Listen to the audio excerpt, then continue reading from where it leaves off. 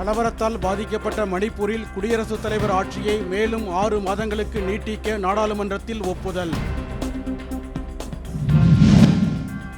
நெல்லை மாவட்டம் கூடங்குளம் அருகே கடல் வழியாக இலங்கைக்கு கடத்தப்பட இருந்த பீடி இலைகள் பறிமுதல். ஊர்காவல் படை வீரர் கைது. கோவை, நீலகிரி, விழுப்புரம், கடலூர், சேலம் உட்பட 8 மாவட்டங்களில் நாளை கனமழை பெய்ய வாய்ப்புள்ளதாக வானிலை நடுவம் தகவல். திரைப்பட தயாரிப்பாளர் ஆகாஷ் பாஸ்கரன் வழக்கில் அமலாக்கத்துறைக்கு 30,000 ரூபாய் தண்டம் விதித்து சென்னை உயர்நீதிமன்றம் ஆணை. தேனி அருகே கேரள எல்லையில் பெய்யும் கனமழை காரணமாக ஏலக்காய் செடிகளில் அழுகல் நோய் ஏற்பட்டுள்ளதால் இரு மாநில விவசாயிகள் கவலை.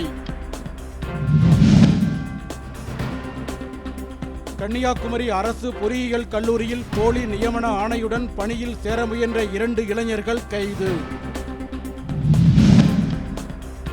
வந்தவாசி அருகே கீழ்கொடுங்காலூர் கிராமத்தில் புதிதாக திறக்கப்பட்ட மதுக்கடையை இழுத்து மூடக்கோரி பொதுமக்கள் போராட்டம். வைகை அணை முழு கொள்ளளவை எட்டியதால் தேனி, திண்டுக்கல், மதுரை உட்பட 5 மாவட்டங்களுக்கு வெள்ள ஆபத்து எச்சரிக்கை.